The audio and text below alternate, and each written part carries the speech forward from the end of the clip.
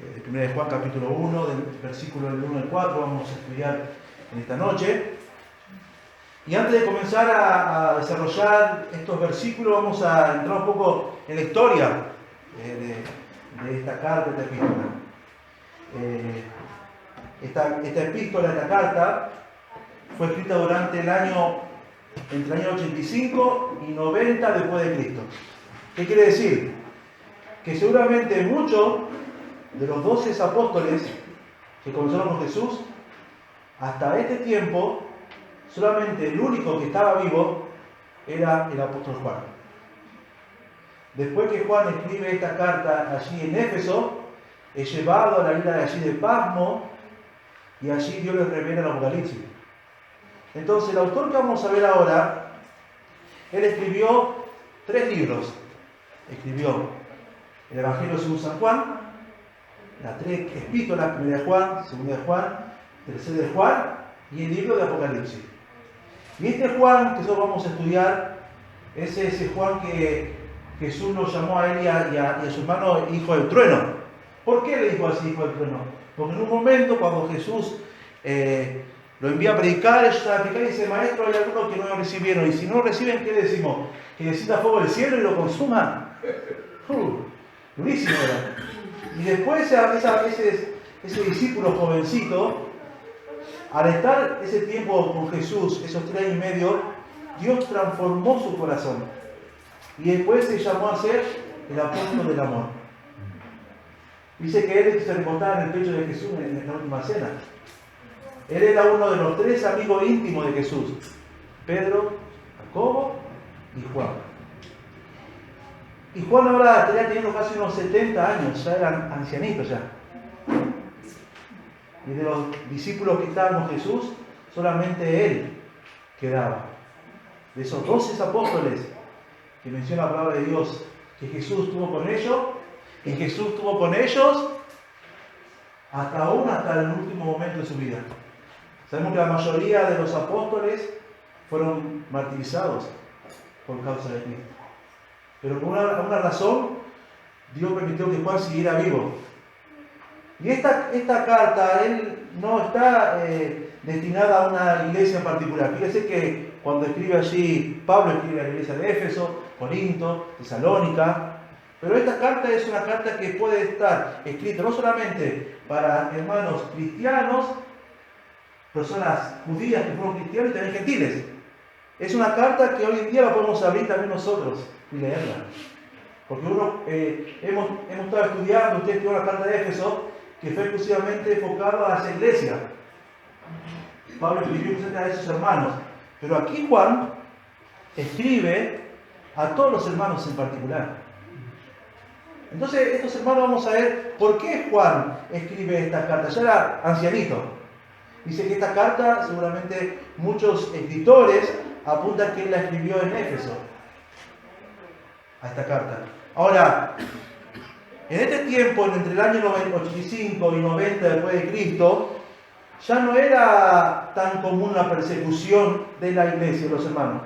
Ahora había algo peor todavía, que estaba persiguiendo la iglesia. ¿Saben qué era? La falsa doctrina. La falsa doctrina se estaba metiendo en la iglesia. Por eso allí cuando Pablo le escribe, dice a los hermanos de Éfeso, cuídense de ti mismo, porque desde ustedes se levantarán falsos maestros. Entonces, Juan escribe a estos hermanos que estaban atravesando por un momento muy difícil, que de su misma congregación se habían levantado falsos profetas, se habían levantado herejía. Para el tiempo que Juan escribía, había surgido una secta falsa que llegó a ser conocida como el gnosticismo. En el griego significa gnosis, que quiere decir conocimiento. Estos gnósticos profesaban, escuchen bien, ser cristianos, pero pretendían un conocimiento adicional, superior a la que enseñaban los apóstoles. Pretendían que nadie podía quedar plenamente realizado hasta que hubiese sido iniciado en sus más profundas verdades. Esta gente decía, ¿saben qué? Y personas que se habían levantado de ahí mismo, pero ellos creían que eran cristianos, pero vamos a ver más adelante, van a ir viendo las características que Juan presenta para que vean realmente si no solamente estas personas, sino cada uno de nosotros evaluarnos si somos hijos de Dios.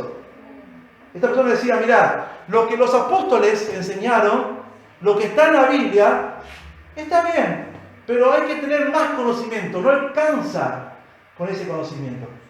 Y hoy en día fíjense que la secta, que están los mormones, ellos tienen un libro aparte, el libro de Mormón, porque yo sé que un día estaba el profeta ahí en mí, se le apareció un ángel y tenía que escribir un libro que iba a ser complemento de la palabra de Dios.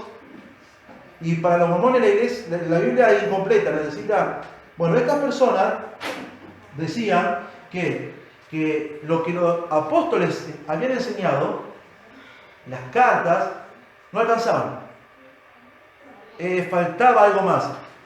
Algunos enseñaban que la materia era mala y que por ello el hombre, Jesús hombre, no podía ser Dios. Entonces decían, fíjense, como este cuerpo es malo, Jesús nunca pudo haber sido hombre. Dios nunca se podía haber hecho hombre, porque este cuerpo es malo. Y eso mismo ellos enseñaban en esas iglesias. Y Juan tiene que abrir esto y enfocar los cañones ante estas personas y ante los cristianos que estaban siendo confundidos por lo que estas personas decían. La religión testigo de Jehová, ellos dicen que Jesús no es Dios, que Jesús es el Hijo de Dios, pero no es que Jesús es Dios.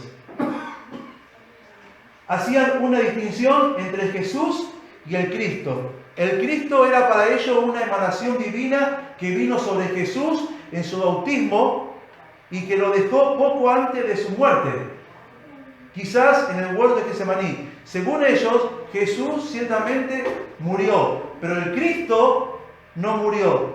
Insistían tal como lo habían impuesto. Ellos decían que, después vamos a ver que Jesús es el nombre de Jesús hombre, y Cristo significa el Mesías, es el nombre del ungido de Dios. Ellos decían que Jesús, cuando estuvo en la tierra, cuando se bautizó, vino a morar dentro de él el Cristo, el ungido. Pero cuando estaba allí en el huerto de Getsemaní, ese Cristo salió de Jesús y Jesús murió en la cruz, pero no murió el Cristo enviado, sino que murió un hombre cualquiera. Y estaba yendo en contra del Evangelio.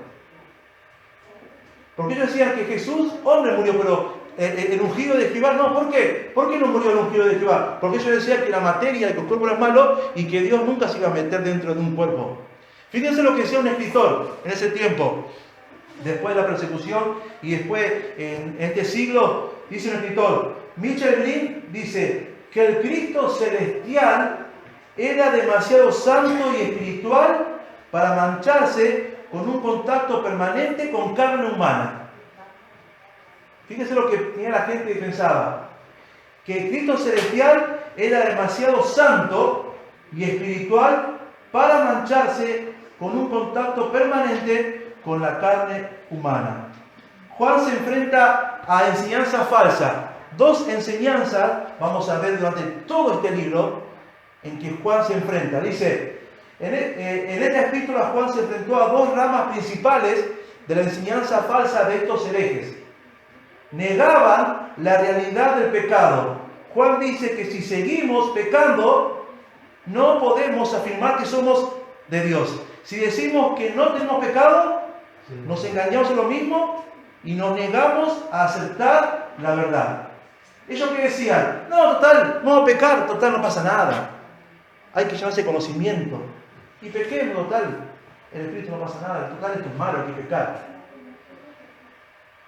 Segundo, negaban que Cristo era el Mesías, Dios hecho carne. Juan afirmó que si creemos que Jesucristo es Dios encarnado y confiamos en Él para nuestra salvación, somos hijos de Dios. Fíjense que hoy en día esta falsa enseñanza hoy en día está en la iglesia. Pues sí, ¿cómo? No entiendo. No, tal, una persona dice que recibió a Cristo, pero sigue pecando, practica el pecado. No, pero tal, hay que darle tiempo, hay que dejar que cambie su tiempo, pero sigue una vida que realmente no fue transformada. Y para la persona él es salvo, pero para Dios no. Porque dice para Dios que el que practica el pecado no es de Dios. Y hoy en día esa herejía hoy en día está en las iglesias, tristemente. Personas que manifiestan ser hijas de Dios, los domingos están alabando a Dios, levantan sus manos, pero en la semana son peor que el diablo. Malas palabras, murmuración, su conducta es mala, pero ellos son hijos de Dios. Y eso se enseña hoy en día en las iglesias, que la salvación se pierde porque es por mérito humano, no, es por obras. Dice, si vos, ¿qué pasa ese día si vos ese día no hablaste cuenta con Dios? Y me voy al infierno, ¿y por qué? Porque, no, la salvación es por obras. Las obras son resultado de nuestra salvación. Entonces esta falsa herejía hoy en día también está en este mundo, en las iglesias. En resumen, negaban la encarnación, que Jesús es el Cristo y que Jesucristo a la vez Dios y hombre. Ellos decían, no, Jesucristo es una cosa y Dios es una cosa. Jesús es un hombre común y corriente y Dios es Dios. Lo que piensa el Señor Jehová hoy en día. Juan se daba cuenta de que esas personas no eran verdaderos cristianos. De modo que advirtió a sus lectores, él no está advirtiendo ahora contra ellos, exponiéndolos que los gnósticos no poseían las marcas del verdadero Hijo de Dios. Entonces Juan, a través de esta carta, quiere advertir, no solamente a sus hermanos de tiempo, sino a nosotros, de que las personas que tienen esa forma de pensar no son hijos de Dios. Según Juan, una persona es o bien un hijo de Dios o no es hijo de Dios. No hay una posición intermedia. Fíjense, cuando vamos a ver durante todo este tiempo el desarrollo de esta carta, vamos a ver que no hay un extremo, no hay un intermedio. O sos hijo de Dios o no sos hijo de Dios. Por esto esta epístola está repleta de unos extremos tan opuestos como luz y tiniebla, amor y odio, verdad y mentira, muerte y vida. Al mismo tiempo, se debería observar que el apóstol le gusta describir a las personas por su conducta habitual, a discernir entre cristiano y no cristiano. Por ejemplo, no basa su conclusión en un solo acto de pecado, sino que aquellas personas que viven realmente una vida de pecado, dice Juan, no son hijos de Dios. Entonces Juan está viendo que estas personas, su estilo de vida, su forma de actuar, de pensar y de hablar, van a manifestar si son hijos de Dios o no son hijos de Dios.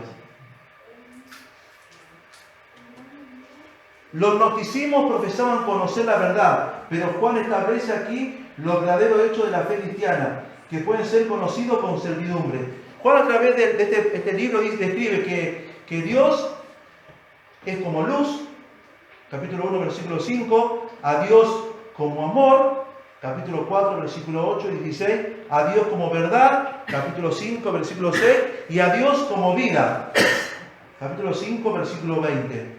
También describe a Dios como justo, capítulo 2, versículo 29, capítulo 3, versículo 7. También lo describe a Dios como puro, capítulo 3, versículo 3. Y también describe a Dios sin pecado, capítulo 3, versículo 5. Ahora, al ver Juan todo este contexto que estaba surgiendo en la iglesia y todo lo que estaba atravesando sus hermanos y lo que iba a venir después de esto, este apóstol se consideraba como el pastor de estas ovejitas que estaban necesitando de una guía espiritual. Por eso el título del mensaje es El Pastor. Y en el versículo 1 vamos a ver el derecho de hablar del pastor. ¿Por qué Juan tiene el derecho de hablar? ¿Por qué tiene derecho a hablar? Dice versículo 1, el capítulo 1, lo que era desde el principio. Y Juan comienza esta carta igual como comenzó el Evangelio, primera de Juan, capítulo 1. Y en el principio, el verbo era con Dios y el verbo era Dios. Entonces, Juan comienza esta epístola de la misma forma que comenzó el Evangelio primero de Juan, capítulo 1.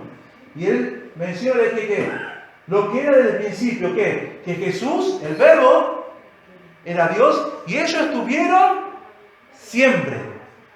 La mente del ser humano no puede entender. ¿Quién creó a Dios? Si Dios existió siempre. Jesucristo existió siempre. ¿Cómo puede ser? Nuestra mente es tan finita y no alcanzamos a entender algo tan maravilloso. Solo tenemos que aceptarlo por fe. Y aquí comienza Juan diciendo lo que era desde el principio. Lo que estaba allí en la eternidad, lo que estaba con Dios allí en la eternidad, un día se reveló. Y dice el versículo, lo que hemos oído, lo que hemos visto con nuestros ojos y lo que hemos contemplado y palparon nuestras manos tocante al Verbo de vida. Y el Verbo era con Dios y el Verbo era Dios. Entonces Juan tiene derecho a hablar como pastor. ¿Por qué? Primeramente dice ahí, lo que hemos oído. Juan dice que él había oído a Cristo. Juan dice que él había oído a Cristo. Por eso cuando Juan quiere refutar con estos gnósticos que decían que Cristo no vino, sí vino. ¿Por qué dice Juan? Porque yo lo escuché. Yo escuché a Cristo. Y esto quería mostrarle a los hermanos que estaban en ese tiempo escuchando y leyendo esta carta, que Juan era una persona que había escuchado hablar a Cristo. Vamos a Juan capítulo 6, versículos 68 al 69. Vamos a ver que dice que Juan había oído a Cristo. Parece que Cristo, capítulo 6, vamos a ir viendo versículos en el Evangelio según San Juan. San Juan, el Evangelio según San Juan, capítulo 6, versículos del 68 al 69. Dice la palabra de Dios. Y tenga después marcado en Primera de Juan para ir leyendo también. Dice, le respondió Simón Pedro, Señor, ¿a quién iremos? Tú tienes palabra de vida eterna. Y nosotros hemos creído y conocemos que tú eres el Cristo, el Hijo del Dios viviente. ¿Qué pasa en estas circunstancias? ¿Se acuerdan qué sucede? Jesús empieza a predicar y muchos de los que escuchaban dijeron, palabras duras son estas. ¿Quién ha de entender? Y muchos se empezaron a ir. Y Jesús los mira a sus 12 y dice, si ustedes quieren, se pueden ir con ellos tranquilamente. Y dice, y respondió Simón Pedro, Señor, ¿a quién iremos? Tú tienes palabras de vida eterna. Tú tienes, como dice ahí, palabra. ¿Y cómo ellos pueden escuchar la palabra de vida eterna? ¿Cómo pueden hacerlo? ¿A través de qué? De escuchar. Por eso dice, yo escuché a Jesús. Yo soy un testigo de que realmente Cristo, el Mesías, yo escuché al mismo Dios encarnado. Eso es lo que él quería decir a estos hermanos con esta carta. Ese que era del principio, un día vino a este mundo. Vino a este mundo. ¿Y saben qué dice? Y lo dice a nosotros. Nos dice, yo escuché hablar a ese Cristo. ¿Y lo he escuchado a Juan hablar a ese Cristo? 3 años y medio escuchando hablar a su Señor. Entre parábolas, bienaventuranza, cuando Jesús allí, la noche dice, esta noche ustedes se establecerán de mí, se dirán. Y él escuchó la última palabra que escuchó de Jesús, ¿saben cuál fue? ¿Con esta carta? Yo estaré con vosotros todos los días hasta el fin del mundo. Amén. Mientras él iba, Jesús yendo al cielo, Jesús diciendo, y yo estaré con vosotros todos los días hasta el fin del mundo. Amén. Él escuchó su última palabra. Y después nuevamente escucha más adelante, en la isla de Pasmo, ¿no escucha a Jesucristo? Sí, como dice que cuando vio cayó como muerto, y él extendió su diestra y dice, levántate, no temas, Yo soy el que estuve vivo y el que estuve muerto, pero ahora vivo y vivo para siempre. Escuchó realmente la voz de su maestro, pero la escuchó como una voz de estruendo, dice, al Hijo de Dios, al Dios encarnado. Entonces Juan quiere decir, ¿saben qué? Yo soy testigo y yo tengo derecho de hablar de que Jesucristo vino. ¿Por qué? Porque yo escuché hablar de Él. Escuché cada palabra, cada enseñanza y cada reprensión que Jesús daba. Dice, lo que hemos oído y lo que hemos visto con nuestros ojos. Dice, no solamente que él había oído a Cristo, sino dice que había visto a Cristo. Juan 1.14, ¿qué dice? Vamos a ir al Evangelio de San Juan, vamos a manejarlo ahí, pero tengamos marcado ahí en 1 de Juan. ¿Qué dice Juan 1.14? Dice Juan 1.14, y aquel verbo fue hecho carne, y habitó entre nosotros, y vimos su gloria como del unigénito del Padre, lleno de gracia y de verdad. Entonces dice, yo soy un testigo de que no solamente escuché hablar a Cristo, que ahora sí escuchar hablar a Jesús, sino yo lo vi con mis propios ojos. ¿Y qué revela él? Que el Verbo se hizo carne, Cristo se hizo hombre y habitó entre nosotros, caminó entre la multitud y vimos su gloria. ¿Qué gloria habla aquí? ¿Qué gloria habla? Cuando estaba allí en el monte de la transfiguración, ¿se acuerdan? Que fue Pedro, Jacobo y Juan y vieron a Jesucristo transfigurado. Vieron la gloria de Cristo ahí. Y ahí vieron su manifestación de que realmente era el Hijo de Dios. Vieron muchas cosas. Caminó por el agua cuando levantó a personas que estaban muertas, sanó paralítico. ¿Qué más vieron cuando entró al templo con el azote y empezó a sacar todos esos campistas ahí? Vio cómo trataba a los enfermos. Vieron todo de Jesús. Aún vio cuando crucificaban a su Señor. Y aún vio cuando su Señor ascendía al cielo. Y después lo vio en gloria por manifestación del Apocalipsis. Entonces, él dice, yo tengo derecho de hablar. ¿Por qué? Porque yo a este Cristo, no solamente que yo oí a Jesús, oí su enseñanza, sino que también yo vi a Cristo. Yo vi a Cristo. No se le dice que dice lo que hemos oído, lo que hemos visto con nuestros ojos, lo que hemos contemplado. Dice que él había oído a Cristo, había visto a Cristo, y la palabra contemplar significa, él dice que había observado a Cristo. Juan capítulo 9, versículo del 6 al 7. Vamos a ver una historia allí que es relatado un milagro, que él observaba a Cristo. Fíjense, Juan capítulo 9, versículo del 6 al 7. Juan capítulo 9, versículo del 6 al 7. Juan 9, versículo del 6 al 7. Acá está hablando del ciego. Cuando se encuentra con Jesús, allí Jesús con el ciego. Fíjense cómo Juan relata lo que ellos estaban observando. ¿Saben qué significa la palabra observar? Mirar con detalle cada situación. Una cosa es mirar ese florero a simple vista, otra cosa es mirar el florero, mirar los detalles, mirar con qué está pintado, esa línea, eso es observar. Prestar más atención.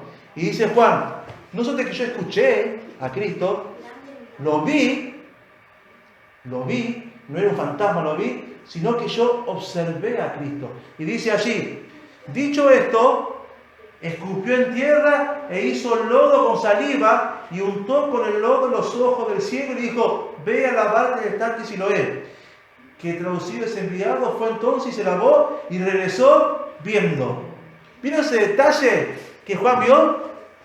Vio que Jesús estaba agachado escupió en tierra, hizo lodo y le puso sus ojos. No dice, y Jesús se agachó en tierra y después mandó a lavar al ciego. No, Juan, ¿se imagina el discípulo ver lo que está haciendo Jesús con este hombre?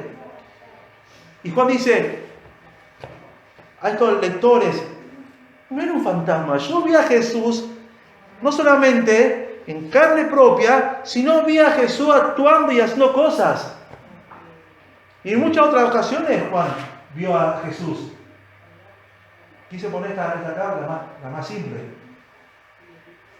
No solamente Juan dice que él había oído a Cristo, había visto a Cristo, no se dice que él había observado a Cristo, sino dice, y lo que hemos contemplado y palpado nuestras manos tocante al verbo de vida. Dice que sus manos, de hecho, tocaron a Cristo. Son 4 cosas distintas. Escuchar, ver, observar y tocar. Lucas, capítulo 24, versículo 39. Después de la resurrección sucede esto. Lucas 24, 39.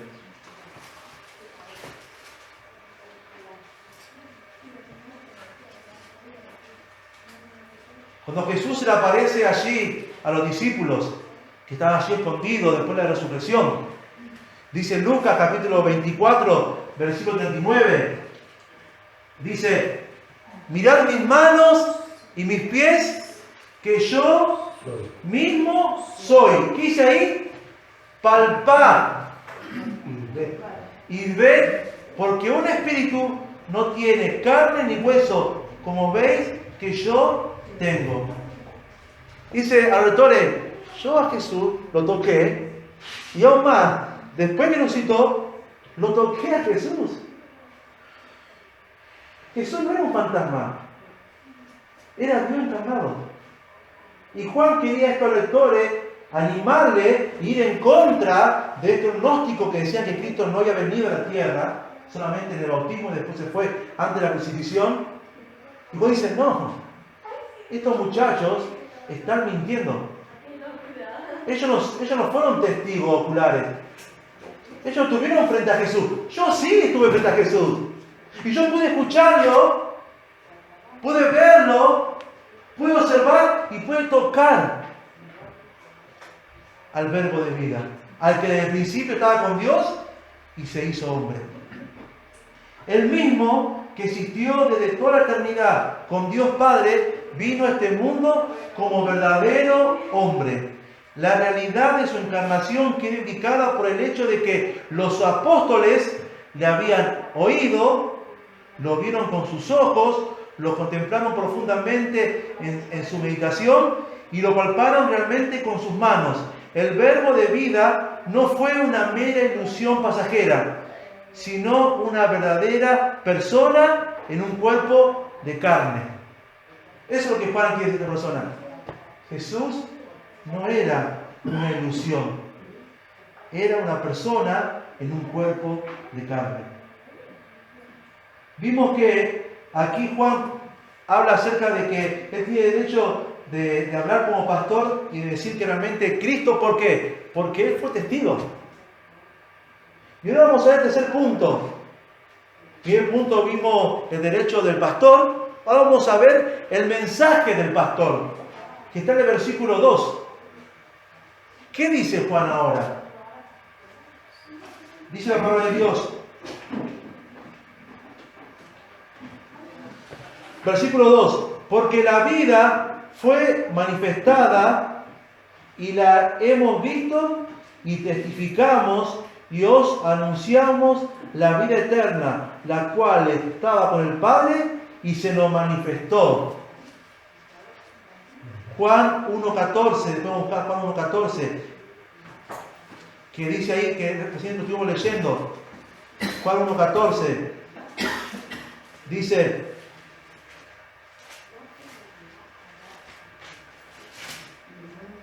y aquel verbo fue hecho carne y habitó entre nosotros y vimos su gloria, gloria como del unigénito del Padre, lleno de gracia y de verdad.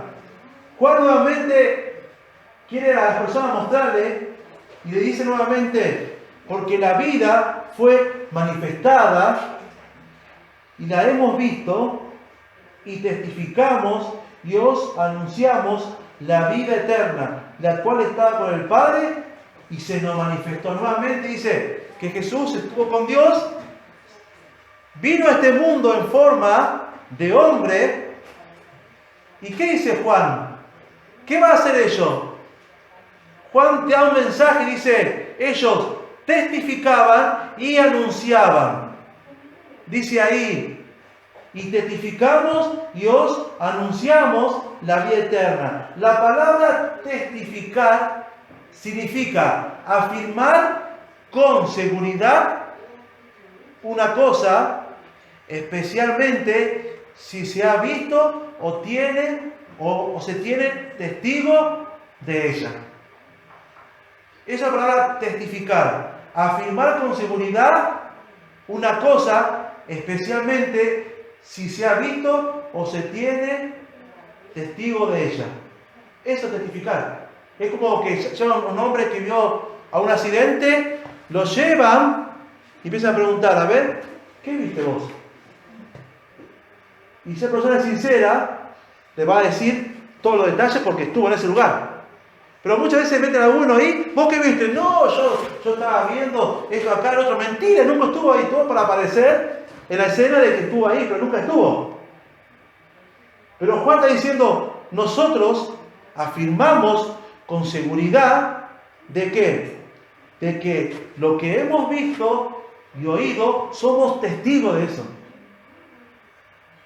¿Y ellos qué anunciaban? ¿Qué testificaban? La vida eterna, que estaba con el Padre y se manifestó. Dice que ellos testificar, y dice, y os anunciamos. ¿Qué significa la palabra anunciar? Comunicación mediante la cual se da a conocer una noticia o información de alguien. Entonces, ¿qué dice Juan? Miren, nosotros estuvimos allí presente en ese lugar. Y ahora queremos comunicar lo que nosotros vimos. Eso es lo que le quiere decir Juan a estos hermanos en el versículo 2. Que nosotros afirmamos con seguridad que el Verbo que era Dios, estaba con Dios, se hizo hombre, habitó entre nosotros y vimos su gloria, como el unigénito Hijo del Padre, lleno de gracia y de verdad, y afirmamos y comunicamos que realmente lo que hemos visto es verdad. Y ellos, ¿qué es lo que testificaban y anunciaban? Primero, que Cristo se hizo hombre. Cristo se hizo hombre. Y los gnósticos, ¿qué decían ellos? ¿También decían? Que Cristo no se hizo hombre. Porque Cristo, el Mesías, el ungido de Dios, ¿cómo venía a habitar en un cuerpo terrenal, un cuerpo pecaminoso? Pensaban ellos. Pero Juan testifica y anuncia ¿de qué? De que Cristo se hizo hombre. Dice allí, porque la vida fue manifestada y la hemos visto. Eso quiere decir Juan, que Cristo, la vida que estaba con Dios en la eternidad, un día se manifestó, se dio a conocer. Y yo soy testigo de que Cristo se hizo hombre. Filipenses 2, de 6 al 7, no lo busquen, yo lo leo acá. El cual, siendo en forma de Dios, no estimó el ser igual a Dios como cosa a que aferrarse, sino que se despojó a sí mismo, tomando forma de siervo. Y acá aparece, hecho semejante a los hombres. Pablo afirma que Jesús, que Dios se hizo un hombre. Y estando en la condición de hombre, no te afirma. Se humilló a sí mismo, haciéndose obediente hasta la muerte, y muerte de cruz. Entonces Juan quiere decir a estas personas, nosotros testificamos al mundo, anunciamos que Cristo un día vino a este mundo a morir por nuestros pecados y que solo en Él tenemos vida eterna. Es lo que nosotros hoy hacemos, el evangelismo. Pero, ¿usted vio a Jesús? Entonces está aplicando algo que no vio. ¿Por qué predicamos a alguien que no hemos visto y oído? Por fe en su palabra y la convicción que nos da Dios a través de su palabra. Entonces, fíjense, nosotros predicamos de Cristo con emoción, con denuedo, el Evangelio, y no lo hemos visto. Me hubiese gustado ver a Cristo. Ni lo hemos escuchado la voz de Él, esa voz de Él. No sé cómo ha sido la voz de Cristo. Cómo ha sido su tono de voz, no sé. No pudimos ver a Cristo personalmente, ni pudimos observar los milagros, ni tocarlo, pero sí creemos a través de la palabra de Dios por fe, de que Cristo se hizo hombre. Pero Juan sí podía anunciar y predicar. Yo vi a Jesús, yo lo escuché, yo observé cada detalle. Y tengan confianza, le dice a tus hermanos, no escuchen a esas falsas enseñanzas. Ellos no saben nada. Ellos se creen cristianos y no lo son. Pero yo les estoy animando de lo que yo les estoy contando a ustedes, es porque yo mismo estuve presente. Y eso mismo nos dice a nosotros. De que ellos anunciaban y testificaban. No solamente el mensaje del pastor era que Cristo se hizo hombre, sino también que Cristo trajo vida eterna. Dice ahí, la cual estaba con el Padre y se manifestó. Y dice allí versículo anterior, porque la vida fue manifiesta y la hemos visto y testificamos y os anunciamos la vida eterna. No solo que Cristo vino a este mundo y se hizo hombre, sino que vino con un propósito. ¿Cuál fue? Traernos vida eterna. Juan 3:36 dice, el que cree en el Hijo tiene vida eterna, pero el que rehúsa a creer en el Hijo no verá la vida, sino que la ira de Dios está sobre él. ¿Qué anunciaba Juan? Ese verbo que un día se hizo carne, yo lo vi lo que hizo, pero él vino con un propósito. Ese Dios que se hizo hombre vino con un propósito de traer vida eterna. Vino a buscar y a salvar lo que se había perdido. Y él quería animarlo a estos hermanos. Tengan confianza, no se desanimen, no pierdan el gozo. Lo que ustedes creen, yo también lo creo, y yo lo quiero contar a ustedes a través de esta carta, de que realmente lo que ustedes creen es verdadero. No es algo ficticio lo que creen estos hombres que hablan de gnosticismo. Yo soy testigo de eso.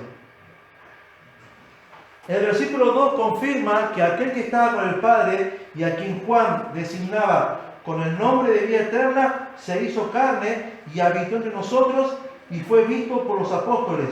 La siguiente línea de autor desconocido muestra la implicación práctica de estos primeros dos versículos para nuestra vida. Fíjense lo que dice un autor desconocido.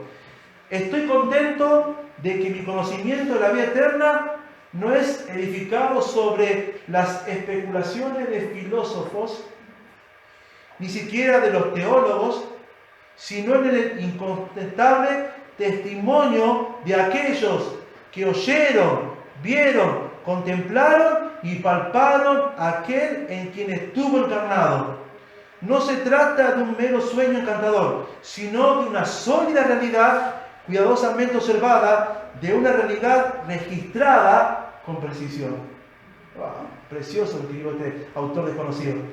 Él dice, yo estoy contento, no porque el conocimiento que yo tengo de la vida eterna es por cosas que dicen los filósofos, los teólogos, sino por qué? Por lo que los apóstoles escribieron y dijeron de Jesús. Y uno se basa en lo que ellos han escrito a través de la santa palabra de Dios.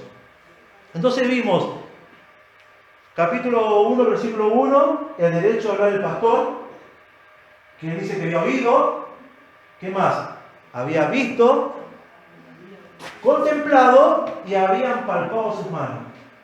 Ahora vemos el mensaje del pastor. ¿Qué mensaje daba Juan? ¿Qué testificaban y anunciaban? De que Cristo se hizo hombre y de que Cristo vino a este mundo a traer vida eterna. Y ahora por último vamos a ver el propósito del pastor, el propósito que tiene Juan en escribir estos primeros 4 versículos, para que nosotros podamos entender y para que la audiencia en ese tiempo que leía esta carta podían comprender. Versículos 3 y 4.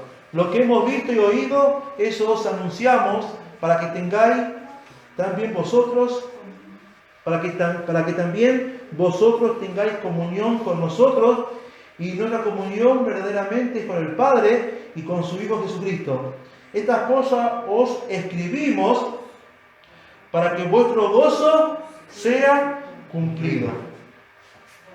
¿Cuál es el propósito que tenía Juan al escribir esto?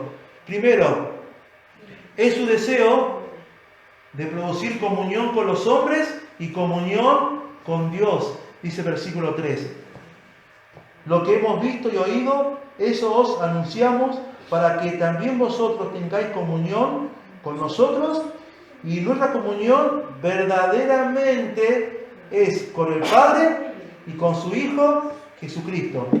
Los apóstoles no tuvieron esta maravillosa noticia como un secreto, ni tampoco deberíamos nosotros. Se dieron cuenta de que la base de toda comunión se encuentra aquí. Y por ello, la declaración abierta y plenamente, todos los que recibieron el testimonio de los apóstoles tienen comunión con el Padre y con su Hijo Jesucristo, y también con los apóstoles y todos los otros creyentes. Jesús y Cristo son una misma persona. Y esta persona es el Hijo del Dios. Jesús es el nombre que recibió en su nacimiento. Y por ello se refiere a su perfecta humanidad. Cristo es el nombre que se refiere a Él como ungido de Dios, el Mesías. Por ello, el nombre Jesucristo, tenemos un testimonio de su humanidad y de su deidad. Jesucristo es verdadero, y Jesucristo es un verdadero Dios, y también Jesucristo es un verdadero hombre. El fundamento doctrinal de toda verdad, de toda verdadera comunión, es la personal con el Señor Jesucristo.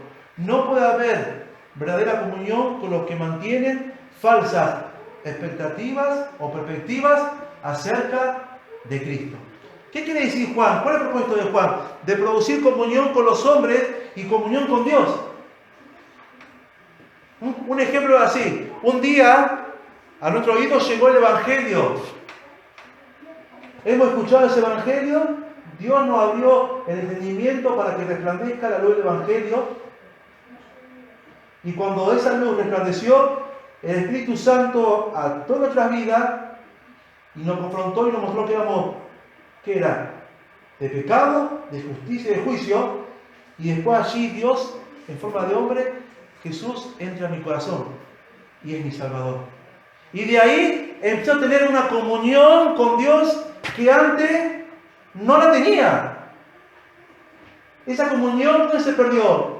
En el huerto del Edén, ¿se acuerdan? Cuando Adán y Eva cayeron, esa comunión se cortó. Y ahora Dios nos da el privilegio de poder tener comunión con Él. Poder estar con Él. ¿Qué significa la palabra comunión? Tener las cosas en común. Que lo que esta persona piensa que está mal, yo también pienso que está mal. ¿Por qué la iglesia al comienzo, en hecho, empezó a crecer? Porque estaban en comunión, guardaban los apóstoles, las señales civiles y las oraciones. Ellos tenían todas las cosas en común. Si uno decía, mira, dice Dios que esto no está bien, no está bien. No, para mí no. Y cuando uno empieza a tener comunión con Dios, tiene que empezar a estar de acuerdo con lo que Dios piensa, y para lo que dice Dios, esto es malo. Sí, Dios, yo sé que para mí es malo. Ahí estoy mostrando realmente que tengo una comunión con Dios, que estoy de acuerdo con Dios. Pero cuando dice esto es malo, y yo lo hago igual, ¿tengo comunión ahí? No, ¿por qué? Porque no tenemos en común con Dios las cosas. Y cuando uno pasa a ser de la familia de Dios, Dios empieza a revelarle de su palabra cómo tiene que conducirse en este mundo y empieza a hacer las cosas que a Dios le agradan. Empieza a vivir una vida que realmente muestra que su vida fue transformada, fue regenerada. Y no solamente tenemos comunión allí con Dios, sino que tenemos comunión con otros hermanos. Yo a Pedro nunca lo conocí, nunca lo vimos. Yo tengo 30 y 40 años, 41 voy a cumplir.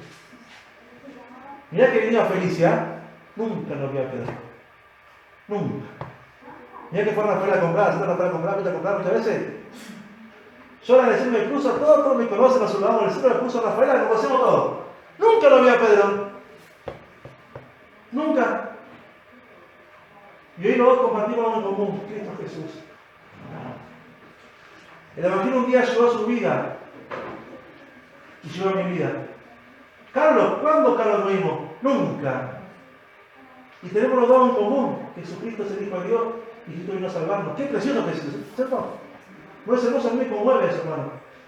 Conocer a otros hermanos cuando uno va a una conferencia o a una predicación, ve hermanos de Buenos Aires, de Córdoba, que te ponen a charlar y tienen las cosas en común.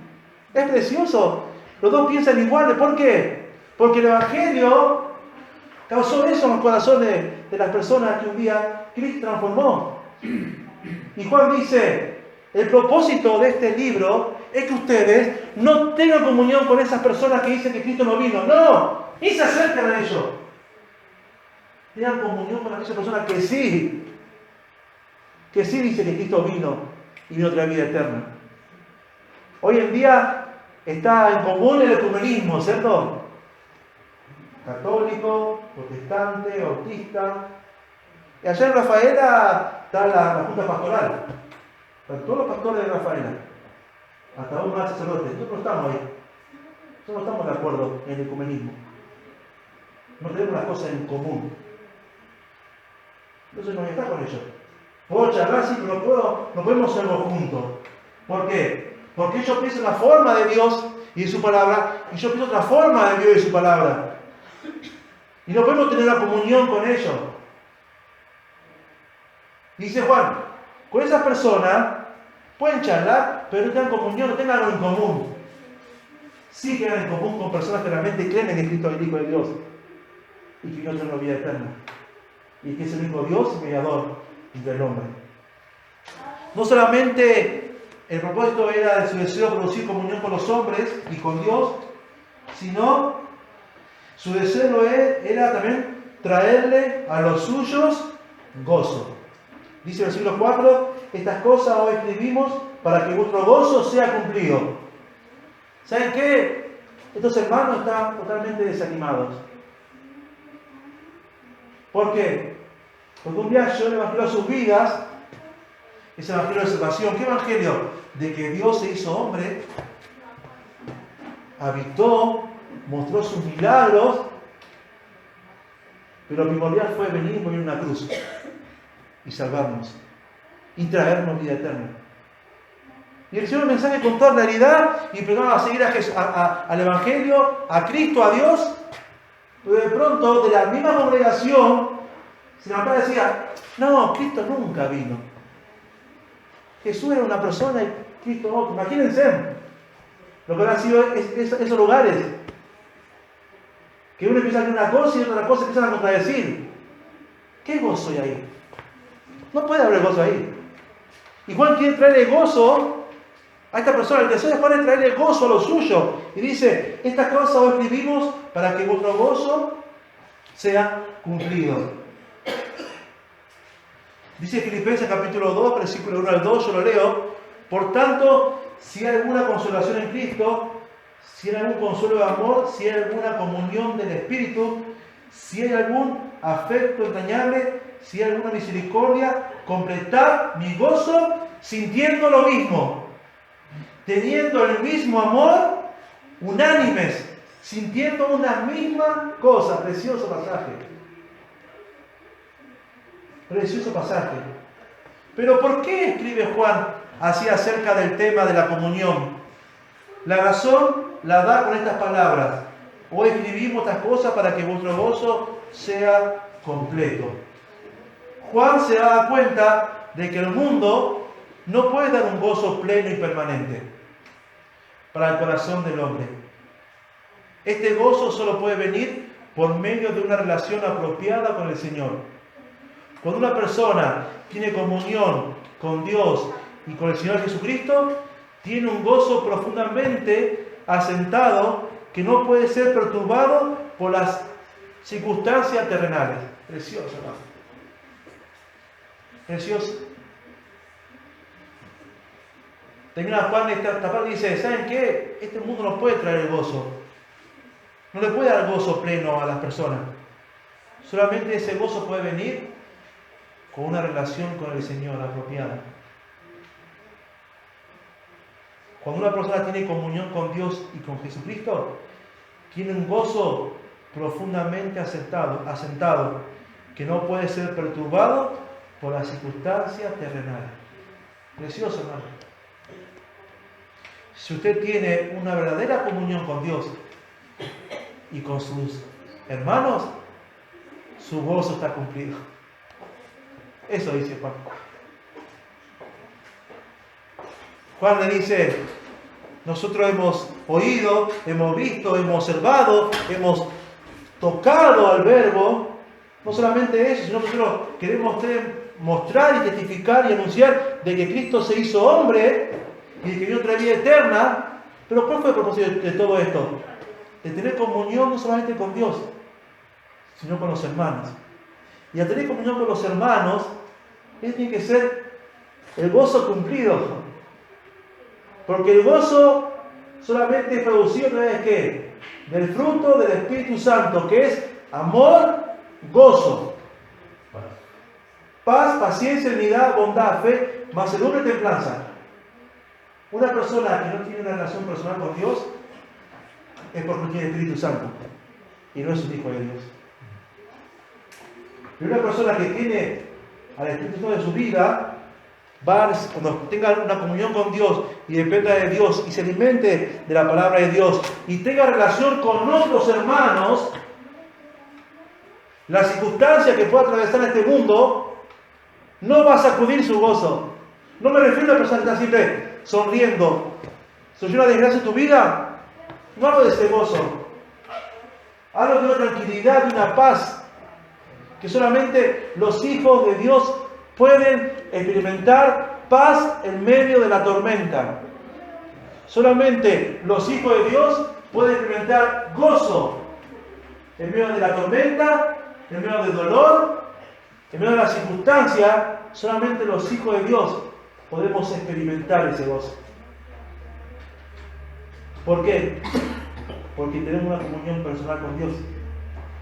¿Y por qué? Porque esa comunión con Dios llegó a ser que hoy tengamos comunión uno con otro.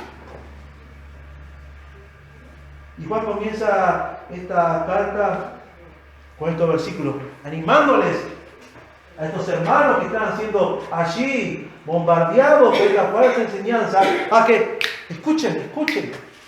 Y empezó a hablar hasta estos versículos, a mostrarles de lo que estas personas decían, eran todo mentira.